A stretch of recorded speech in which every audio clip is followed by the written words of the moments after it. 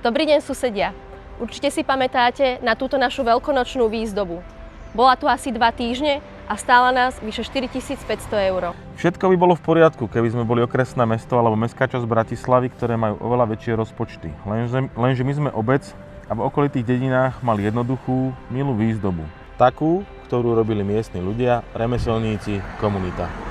Aj u nás to ide. Toto vytvoril náš klub dôchodcov. S nápadom a hlavne so srdcom. Nestačilo by to?